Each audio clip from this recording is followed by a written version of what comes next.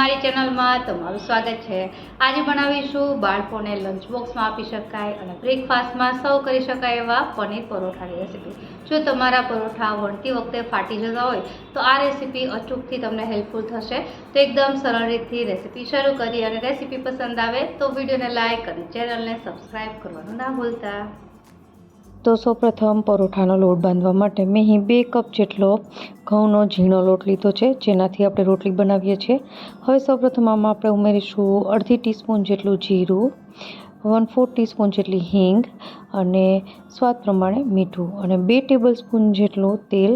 હવે આ બધી જ વસ્તુને સારી રીતે મિક્સ કરી લેવાનું છે અને ત્યારબાદ હવે અહીં એકદમ સોફ્ટ લોટ બાંધવાનો છે। લોટ બાંધતા પહેલાં હું તમને આ બતાવું, જે મેં ઘરે પનીર બનાવ્યું છે એની નીચે જે પનીર બનતા વધે આવે પ્રોટીન કહેવાય। આનાથી જ હું લોટ બાંધીશ। જે આપણે ઘરે દૂધ ફાડીને પનીર બનાવીએ છીએ અને જે નીચે બચે છે એ પણ પ્રોટીનવાળું જ હોય છે, એટલા માટે હું એને વેસ્ટ નહીં કરું અને એનાથી જ આપણે લોટ બાંધી લેશું। મારી પાસે આ ઘરે પનીર બનાવ્યું એટલે હતું, ન હોય તો તમે પાણીથી નોર્મલ આપણે જેમ લોટ બાંધીએ છીએ એમ પણ બાંધી શકાય।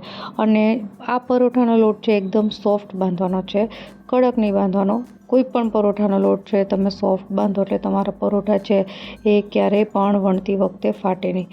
અને મોણ પણ છે માપસરનું જ એડ કરવાનું, એટલે જ્યારે તમે વણો ત્યારે લોટ છે કિનારી સાઈડથી પણ ફાટે નહીં। તો આ છે ટ્રીક છે, જ્યારે પણ તમે લોટ બાંધો પરોઠાનો ત્યારે તેલનું માપ છે એ વધારે પડતું ક્યારેય નહીં રાખવાનું। લોટ બંધાઈ ગયા બાદ આ રીતે થોડું તેલ એડ કરીને હું લોટને સારી રીતે કૂણવી લઈશ। મિનિમમ 5 થી 7 મિનિટ તો લોટને કૂણવવો જ, અને ત્યારબાદ હવે આપણે એને 5 થી 10 મિનિટ માટે રેસ્ટ ઉપર રાખવાનો છે। જેટલો વધારે રેસ્ટ થશે એટલો જ આપણો લોટ છે એ સોફ્ટ બની જશે। હવે જ્યાં સુધી રેસ્ટ થાય છે ત્યાં સુધી પનીરનું સ્ટફિંગ બનાવીએ। તો મારું આ હોમમેડ પનીર છે 100 ગ્રામ જેટલું છે। મેં 1 લીટર દૂધ ફાડીને બનાવ્યું, એમાંથી આટલું પનીર બન્યું છે, જે લગભગ વજનમાં 100 ગ્રામ છે। અને તમે જોઈ શકો છો કે એકદમ ક્રમ્બલ જેવું છે। તો આ રીતનું જ પનીર છે લેવાનું હોય છે। જો રેડીમેડ લો તો એને ખમણીને લેવાનું। ત્યારબાદ અહીં આપણે એકદમ ઝીણા સમારેલા કેપ્સિકમ અને તીખી મરચી એડ કરીશું। ત્યારબાદ અહીં એક મોટી સાઇઝની ડુંગળી છે જે મેં એકદમ ઝીણી સમારી લીધી છે એ ઉમેરી દઈશું। અને હવે સૂકા મસાલા કરીએ તો સૌપ્રથમ અહીં ખટાશ માટે આમચૂર વાપરવાનો, 1 ટીસ્પૂન જેટલો, લીંબુનો ઉપયોગ ન કરવો।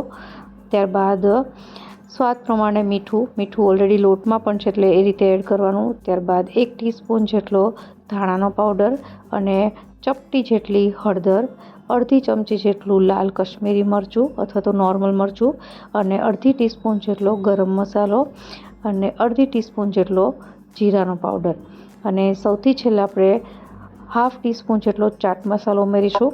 અને જો તમને પસંદ હોય તો થોડી કસૂરી મેથી એડ કરી શકાય, એકદમ સરસ ફ્લેવર આવે છે। આ ટોટલી ઓપ્શનલ છે। અને થોડા ઝીણા સમારેલા કોથમીરના પાન। હવે આ બધી વસ્તુને સારી રીતે મિક્સ કરી દઈશું। એક વખત ચમચીથી મિક્સ કરીને ત્યારબાદ હાથેથી સારી રીતે મિક્સ કરી દેવાનું છે। તો આપણું આ પનીરનું સ્ટફિંગ રેડી છે। આ પનીરના સ્ટફિંગમાં તમે તમારી રીતે વેરિએશન કરી શકો, જેમ કે વેજીટેબલમાં ગાજર પણ એડ કરી શકાય, ત્યારબાદ કોર્ન પણ એડ કરી શકાય। તો એ તમે તમારી રીતે કરી શકાય। આપણું આ સ્ટફિંગ છે સાઈડમાં રાખી દઈશું અને લોટ જોઈ લઈએ તો એકદમ સરસ રીતે રેસ્ટ થઈને આપણો લોટ છે એ આ રીતનો થઈ ગયો છે। અને ફરીથી હું એને એક વખત આ રીતે કૂણવી લઈશ અને તમે જોઈ શકો છો એનું ટેક્સચર એકદમ સોફ્ટ માખણ જેવો લોટ તૈયાર થયો છે। તો પહેલું સ્ટેપ સરસ લોટ બંધાયેલો હોય તો બીજું સ્ટેપ એ છે કે એને વણવા કઈ રીતે। તો અહીં એક મોટી સાઇઝનો લુઓ લઈને હવે આપણે અહીં પાટલી પર એને તમે વચ્ચેની સાઈડથી ક્યારેય નહીં વણવાનું, એને કિનારી સાઈડથી જ વણવાનું। એક વખત સારી રીતે લુઓ બનાવી અને તમે જોઈ શકો છો કે હું વચ્ચે છે વજન નથી દઈ રહી, સાઈડમાં જ વણવાનું અને અડધી રોટલી જેવું વણી અને હવે સ્ટફિંગ છે આપણે એડ કરી દઈશું। તો અહીં લગભગ હું 3 થી 4 ચમચી જેટલું સ્ટફિંગ એડ કરીશ। તમે તમારી રીતે જે રીતનું પરોઠું બનાવો એ રીતનું સ્ટફિંગ એડ કરવાનું છે। હવે આને જે પરોઠું છે એને સાઈડથી આ રીતે બધી જગ્યાએથી ભેગું કરી લેવાનું છે। તમે જોઈ શકો છો ક્યાંય પણ સ્ટફિંગ બહાર ન દેખાય એ રીતે ભેગું કરી અને આ રીતે લુઓ બનાવી લેવાનો છે। તો આ રીતનો લુઓ ત્યારે જ બને જ્યારે લોટ એકદમ સોફ્ટ છે બંધાણો હોય. તો આ રીતે લુવાને બધી જગ્યાએથી થોડું પ્રેસ કરી ઉપરથી લોટ છાંટી દેવાનો અને હવે હળવે હાથે વેલણની મદદથી વણી લેવાનું છે. અહીં વણતી વખતે પણ ધ્યાન રાખવાનું કે એકદમ પ્રેસ કરીને નથી વણવાનું, જે રીતે આપણે રોટલી ભાખરી વણીએ.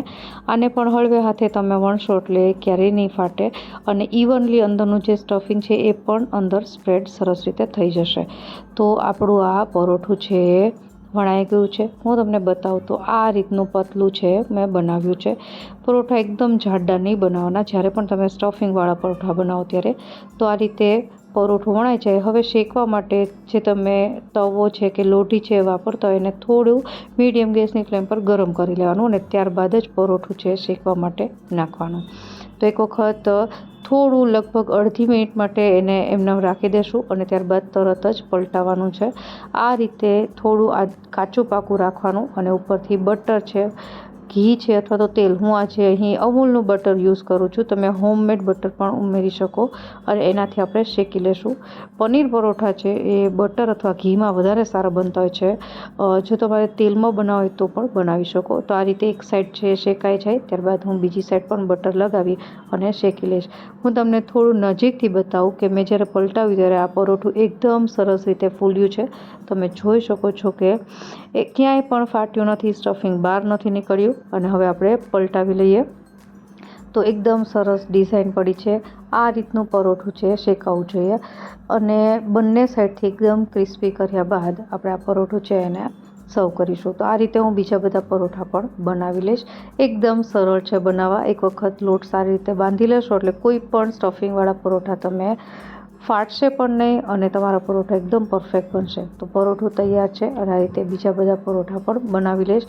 આજે મેં એને દહીં સાથે સર્વ કર્યા છે. હું તમને પરોઠા કટ કરીને બતાવું. અંદરનું સ્ટફિંગ એકદમ ઇવનલી સ્પ્રેડ થયું છે એ પણ તમે જોઈ શકો છો. તો આપણા પનીર પરોઠા તૈયાર છે. આશા રાખું કે તમને આ રેસીપી જરૂરથી પસંદ આવી હશે. ફરી મળીએ નવી રેસીપી સાથે. ત્યાં સુધી બાય.